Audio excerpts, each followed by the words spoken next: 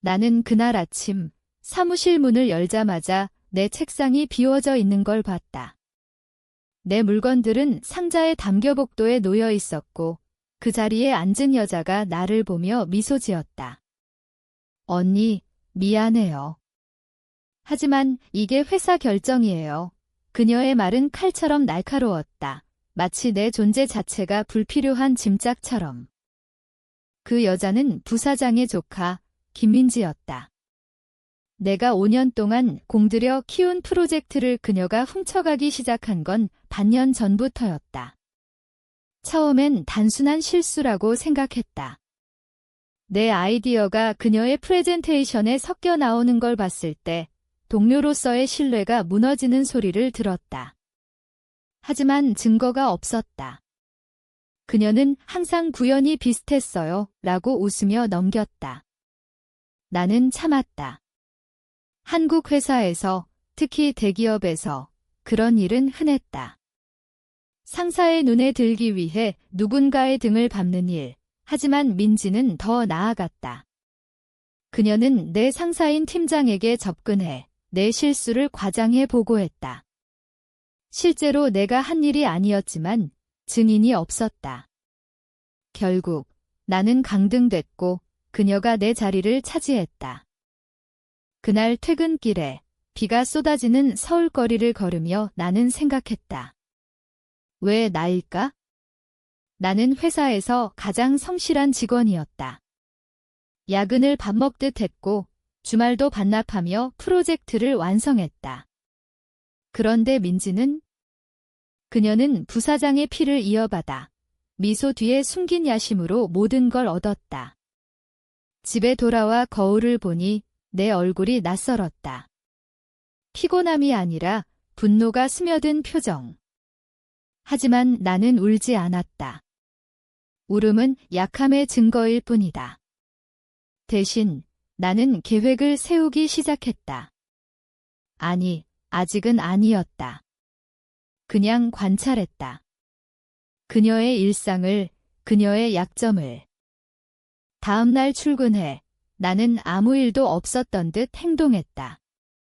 민지가 커피를 권할 때 고마워라고 말하며 받아들었다. 속으로는 그녀의 미소가 얼마나 가짜인지 세어보았다. 회사 생활은 그런 거다.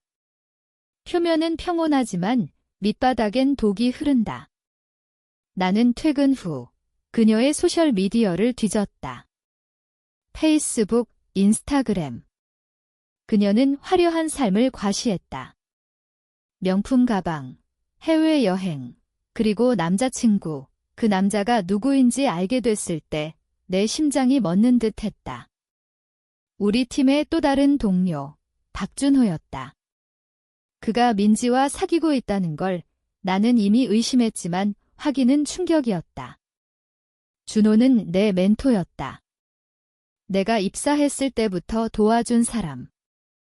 그런데 그는 민지의 야심에 동참해 내 문서를 그녀에게 넘겼다. 나는 그날 밤 잠을 이룰 수 없었다. 배신의 맛은 쓰디썼다. 민지는 단순히 자리를 뺏은 게 아니었다. 그녀는 내 신뢰를 짓밟았다. 준호의 배신은 더 아팠다. 그는 너는 너무 완벽주의자야. 때론 유연하게 가야 해라고 조언하곤 했는데 그게 민지를 위한 포석이었을 줄이야? 나는 스스로를 탓했다. 왜 눈치채지 못했나? 하지만 탓하는 건 무의미했다. 현실은 냉정하다. 한국 사회에서 혈연과 인맥이 실력을 이긴다. 나는 그걸 알면서도 믿지 않았다. 이제 믿어야 했다. 며칠이 지나 나는 회사에서 민지의 행동을 주의 깊게 관찰했다.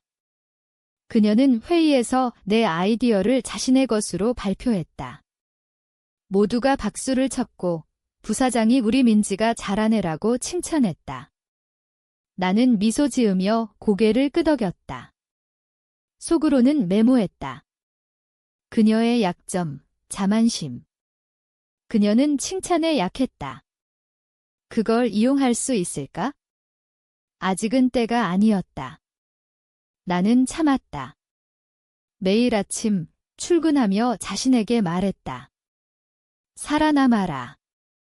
이게 끝이 아니야. 하지만 밤이 되면 분노가 꿈속에서 폭발했다. 나는 꿈에서 그녀를 밀어버리는 상상을 했다.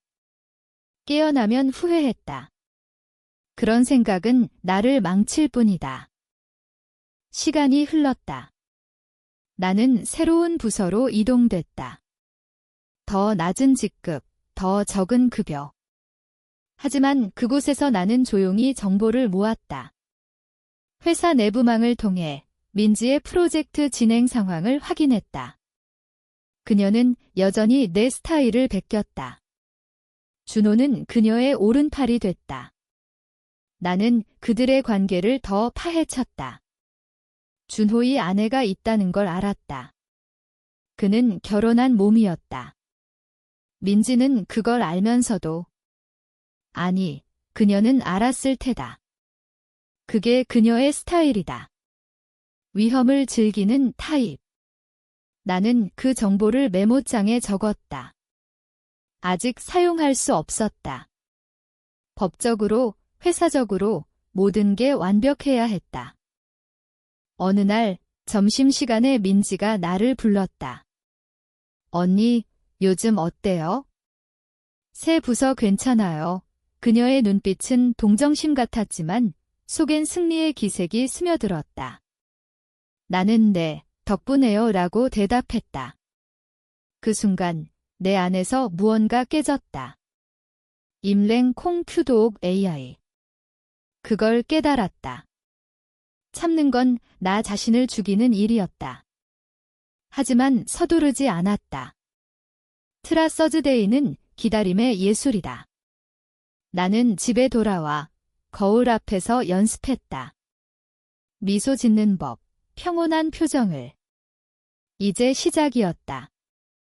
나는 매일 출근하며 그들의 일상을 기록했다. 민지의 출퇴근 시간, 준호와의 만남 장소, 심지어 그녀의 취미까지.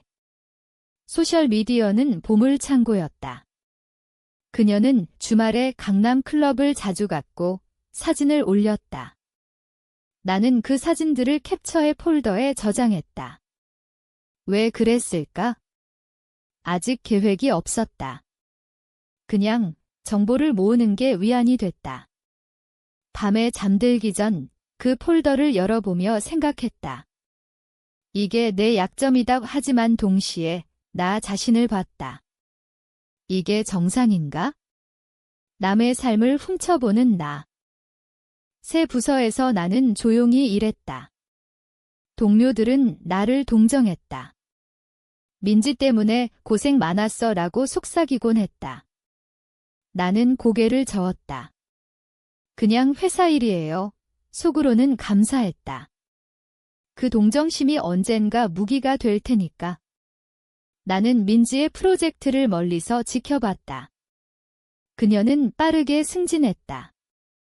부사장의 후광 덕분에. 하지만 실수는 있었다. 그녀의 보고서에 오류가 섞여 나왔다. 내 스타일을 베끼다 보니 세부 사항을 놓쳤다. 나는 그걸 메모했다. 아직 말하지 않았다. 집에서 나는 책을 읽었다. 심리학 책, 법률 서적. 한국 사회의 도덕과 법을 공부했다. 배신은 법으로 처벌되지 않는다. 하지만 명예훼손, 사기라면? 나는 준호의 결혼 사실을 확인했다. 그의 아내는 다른 회사에서 일했다. 나는 그녀의 연락처를 찾지 않았다. 아직은. 대신 자신에게 물었다. 이걸로 뭘 할 거야? 대답은 없었다. 그냥 옵션을 모으는 중이었다. 어느 날 회사 파티에서 민지와 마주쳤다. 그녀는 취해 나에게 다가왔다. 언니, 정말 미안했어요. 하지만 나도 살아남아야 하잖아요. 그녀의 말은 진심처럼 들렸지만 눈빛은 달랐다. 동정심이 아니라 우월감. 나는 괜찮아요 라고 말했다. 속으로는 분노가 끓었다. 살아남기 위해? 그게 내 변명인가? 그날 밤 나는 처음으로 울었다.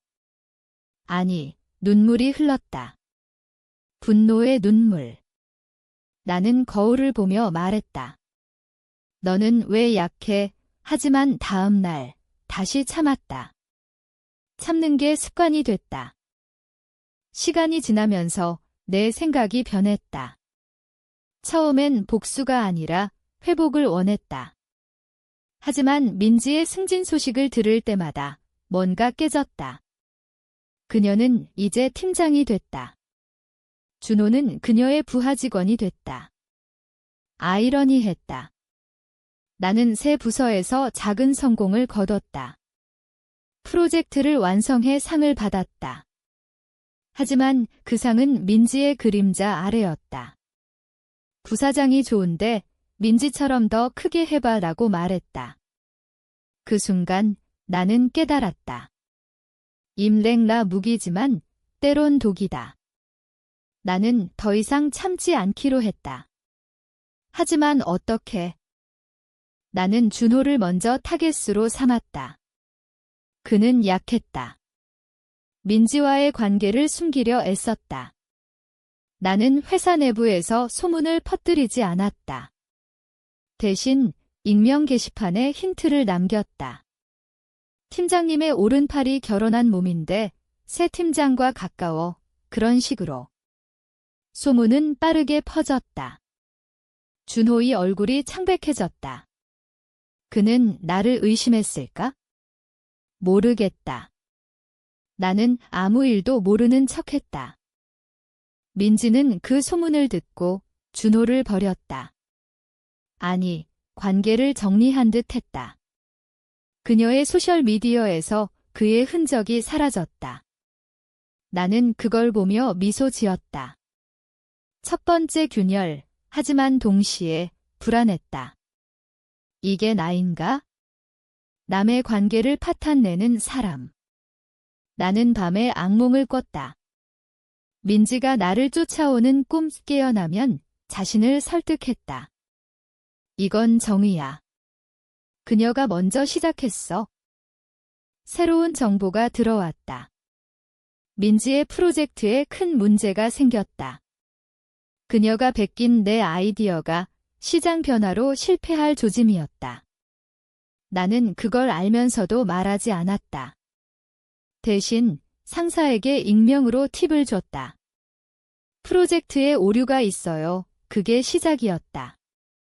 민지는 스트레스를 받기 시작했다. 그녀의 미소가 줄었다. 나는 관찰했다. 그녀의 약점, 압박감. 그녀는 강해 보이지만 속은 약했다. 나는 매일 일기를 썼다. 내 감정을, 계획을. 그 일기는 내 유일한 친구였다. 오늘 그녀가 피곤해 보였다.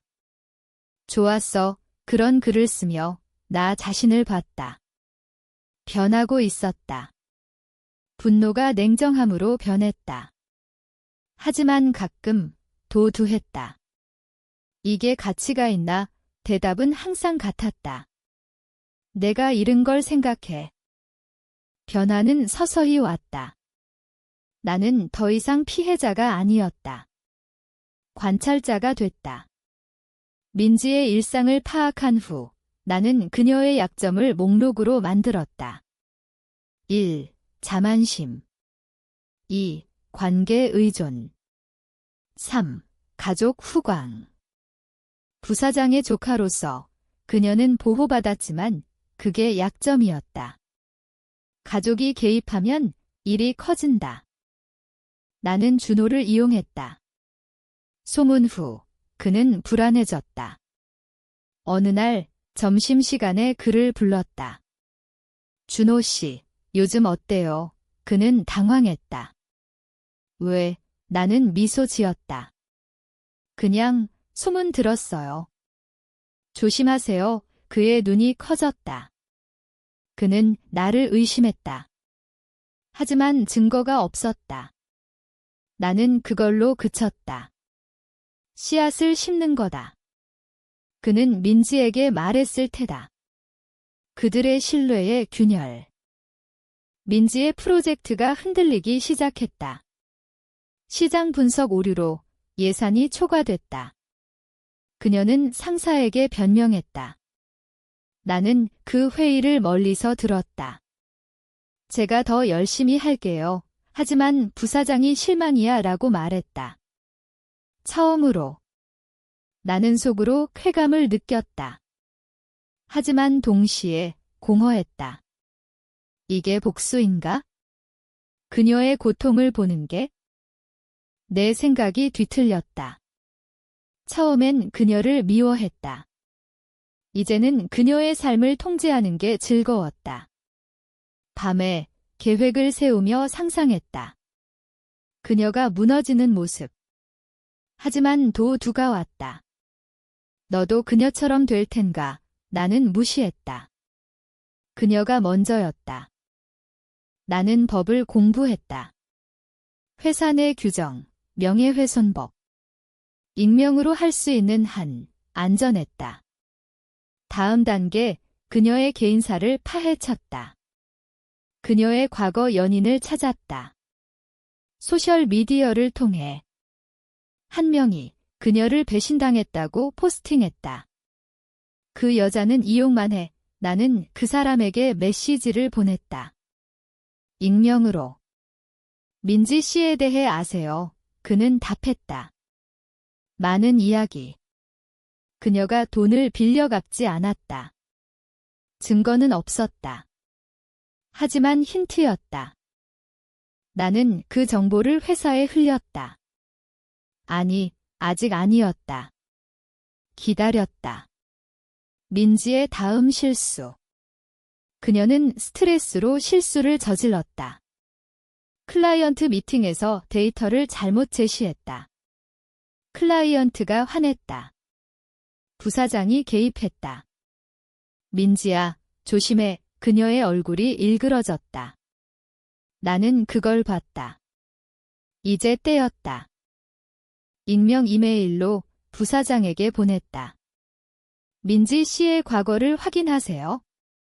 프로젝트 실패는 우연이 아닙니다. 첨부한 건 그녀의 과거 포스팅 스크린샷. 돈 문제 힌트. 부사장은 조사했을 테다. 민지는 불안해졌다. 그녀가 나를 찾아왔다. 언니, 누가 나한테 왜 그래요? 그녀의 목소리가 떨렸다. 나는 모르겠어요 라고 말했다. 속으로는 승리감. 하지만 그녀의 눈빛이 달라졌다. 의심. 그녀는 똑똑했다. 나를 의심할 테다. 긴장감이 시작됐다. 그녀는 반격했다. 내 새 프로젝트에 방해를 놓았다. 자료를 지연시켰다. 나는 알았다. 게임이 시작됐다. 나는 더 조심했다. 내 행동을 숨겼다. 밤에 불안으로 잠 못 이뤘다. 잡히면 어떻게 해? 하지만 멈출 수 없었다. 이미 너무 깊이 들어왔다. 낮엔 냉정했지만 밤엔 후회했다. 이게 내가 원하는 거야? 대답은 내의 그녀가 내 삶을 망쳤으니까. 이제 그녀 차례. 게임은 본격화됐다. 민지는 나를 의심했지만 증거가 없었다. 그녀는 부사장에게 호소했다. 누군가 날 괴롭혀요. 하지만 부사장은 내 실수부터 고쳐라고 말했다. 그녀의 후광이 약해졌다. 나는 다음 수를 준비했다. 준호를 이용해. 나는 준호에게 접근했다. 준호 씨, 민지 씨와 헤어졌어요. 그는 놀랐다. 어떻게 알아? 나는 소문이요. 그는 털어놨다. 민지가 그를 버렸다. 스트레스 때문에. 나는 동정심을 보였다. 힘들겠어요. 하지만 속으론 이용했다. 민지 씨의 과거 알아요. 그는 고개를 저었다. 나는 힌트를 줬다. 조심하세요. 그녀는 사람을 이용해. 준호는 화냈다. 그는 민지에게 따졌다. 나는 그 싸움을 들었다. 너 날 이용한 거야. 그녀는 부정했다. 하지만 관계는 끝났다. 민지는 더 고립됐다. 그녀의 미소가 사라졌다. 회사에서 그녀는 피곤해 보였다. 나는 관찰했다. 그녀의 약점, 고독. 나는 도덕을 이용했다. 회사 윤리위원회에 익명 제보. 팀장님의 프로젝트가 표절 의심됩니다. 증거로 내 옛 문서와 그녀의 비교. 위원회는 조사했다. 민지는 소환됐다. 그녀는 변명했다. 우연이에요. 하지만 증거가 쌓였다. 부사장이 개입해 조용히 마무리됐다. 하지만 그녀의 평판은 떨어졌다.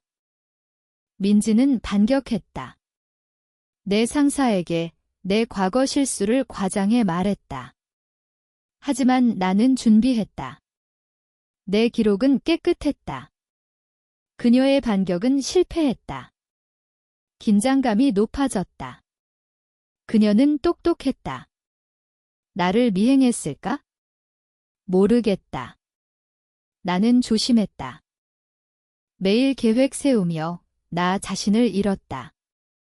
이게 끝나면 뭐가 남아. 하지만 멈출 수 없었다. 그녀가 무너져야 했다. 민지는 무너지기 시작했다. 프로젝트가 실패했다. 클라이언트가 철수했다. 부사장은 화냈다. 이게 내가 한 일이야. 그녀는 울었다. 회사에서 처음으로. 나는 그걸 봤다. 쾌감과 함께 불안. 그녀가 너무 약해 보였다. 나는 마지막 수를 썼다. 회장에게 직접. 익명 편지. 부사장님의 조카가 회사에 해를 끼칩니다. 증거 첨부 내 모든 자료. 회장은 조사 지시했다. 민지는 소환됐다. 그녀는 모든 걸 부정했다. 하지만 증거가 압도적이었다. 그녀는 나를 찾아왔다. 너잖아. 왜? 그녀의 눈에 증오. 나는 모르겠어요 라고 말했다. 하지만 그녀는 알았다. 너도 똑같아질 거야. 그 말은 아팠다. 도두가 왔다. 하지만 이미 늦었다. 민지는 강등됐다. 그녀의 자리가 비었다. 나는 승진했다. 하지만 기쁨은 없었다. 밤에 악몽. 그녀의 얼굴이. 모든 게 끝났다. 민지는 회사를 떠났다. 부사장은 사임 압박을 받았다. 회장은 진실을 알았다. 나는 내 자리를 되찾았다. 하지만 거울을 보니 낯선 얼굴. 이게 승리인가? 그녀는 떠나며 나에게 메시지 보냈다. 너는 나보다 나쁜 사람이야. 그 말은 맴돈다. 나는 정말 그랬을까?